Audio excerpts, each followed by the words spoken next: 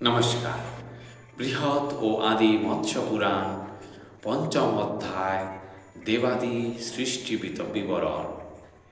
ঋষিগণ কহেন, হে সুত মহাশয়, সুরাসুর গন্ধর্বাদি উরগ নিশ্চয় ও রাক্ষসগণের উৎপত্তি বিবরণ বিস্তারিতভাবে তুমি করহ কীর্তন। সুত কহে, পূর্বে যেই হইল সৃজন, সংকল্পে দর্শনে আর স্পর্শে উৎপাদন।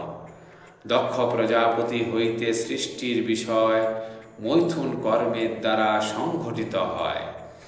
প্রথমে দেবতা ঋষি পণ্যগণেরে সৃজন করিয়া দক্ষ ভাবেন অন্তরে।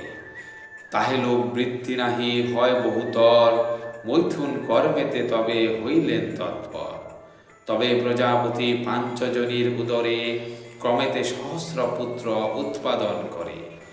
হর্ষক্ষ নামেতে খ্যাত সেই পুত্রগণ প্রজার সৃজনে তারা প্রবৃত্ত হন যখন। নারদ তাদের কহে, ওহে দ্বিজগণ, পৃথিবীর ঊর্ধ্ব অধসহ আয়তন। অভিজ্ঞতা লাভ করি যত্ন সহকারে, প্রবৃত হইবে সবে সৃষ্টির ব্যাপারে। তখন হর্ষক্ষগণ প্রস্থান করিয়া অদ্যাবধি কেহ নাহি আসিল ফিরিয়া। পুনরায় বৈরিণীর গর্ভে প্রজাপতি উৎপাদন করিলেন সহস্র সন্ততি। সবল নামেতে তারা খ্যাত চরাচরে, প্রবৃত্ত হইলেন যবে প্রজাবৃদ্ধি তরে। পূর্ববৎ নারদ করেন নিবারণ, ধরা পরিমাপে তারা চলিল তখন। এমন হেরিয়া দক্ষ প্রজাপতি পরে, ষষ্ঠী কন্যা সৃজিলেন বৈরিণী উদরে। তার মধ্যে 10 কন্যা দিলেন ধর্মকে, ত্রয়োদশ কন্যাকে দিলেন কশ্যপকে। চন্দ্রকে দিলেন সপ্তবিংশতি তনয়া, অরিষ্ট নেমিকে দেন কন্যা চতুষ্টয়া। কৃষ্ণার্থ অঙ্গিরা ভৃগুনন্দনকে পরে, কন্যাদান করিলেন 2 করে। যেই 10 দক্ষ কন্যা ধর্মপত্নী হন, তাহাদের নাম কহি করুণ শ্রবণ। বসু জামি লম্বা ভানু সাধ্যা মরুত্ততি, সংকল্পা মুহূর্তা বিশ্বা আর অরুন্ধতী।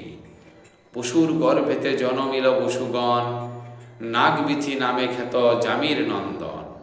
ঘোষ নামে পুত্রগণ লম্বার উদরে, ভানুগণ জনমিল ভানুর জঠরে। সাধ্যগণ নামে খ্যাত সাধ্যার সন্তান, মরুত্ততি হইতে জন্মে যত মরুত্তান। সংকল্পের পুত্রগণ সংকল্প নামেতে, জন্মিল মুহূর্তগণ মুহূর্তা গর্ভেতে। বিশ্বার তনয়গণ বিশ্বদেবগণ, এইরূপে জনমিল ধর্মের নন্দন। অনন্তর বসু বিশ্লিষ্টি কহিব এখন, সমাহিত চিত্ত করি করুণ শ্রবণ। যেই জ্যোতিষ্মানগণ সর্বদিকে রয়, তাহারাই বসু নামে খ্যাত বিশ্বময়। আবধ্রুব সোমধর অনির অনল, প্রত্যুষ প্রভাস নামে সে বসু সকল। শান্ত দণ্ড সাম্ব মুনিবক্রচারীজন, যজ্ঞ রক্ষা অধিকারী আপের নন্দন। ধ্রুবপুত্র কাল সংসুদ বর্চাহন, দ্রবীণ ও হবা বহু ধরেন নন্দন। ওই ধর হইতে কল্যাণীর উদরে, রমণ শিশির প্রাণ জন্ম লাভ করে। অনলের সমণ্ডলী যুগল তনয়, মনোজাপ আর অভিজ্ঞাত অতি হয়। অনলের অন্যতম এক পুত্র রয়, কুমার নামেতে সরস্তম্ভে জন্ম লয়।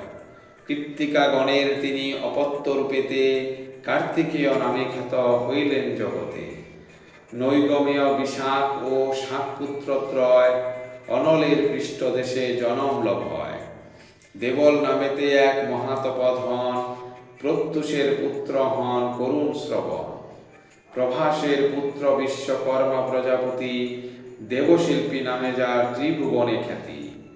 প্রসাদ ভূষণ কূপ প্রতিমা উদ্যান, কারিগরি যন্ত্রপাতি করেন নির্মাণ।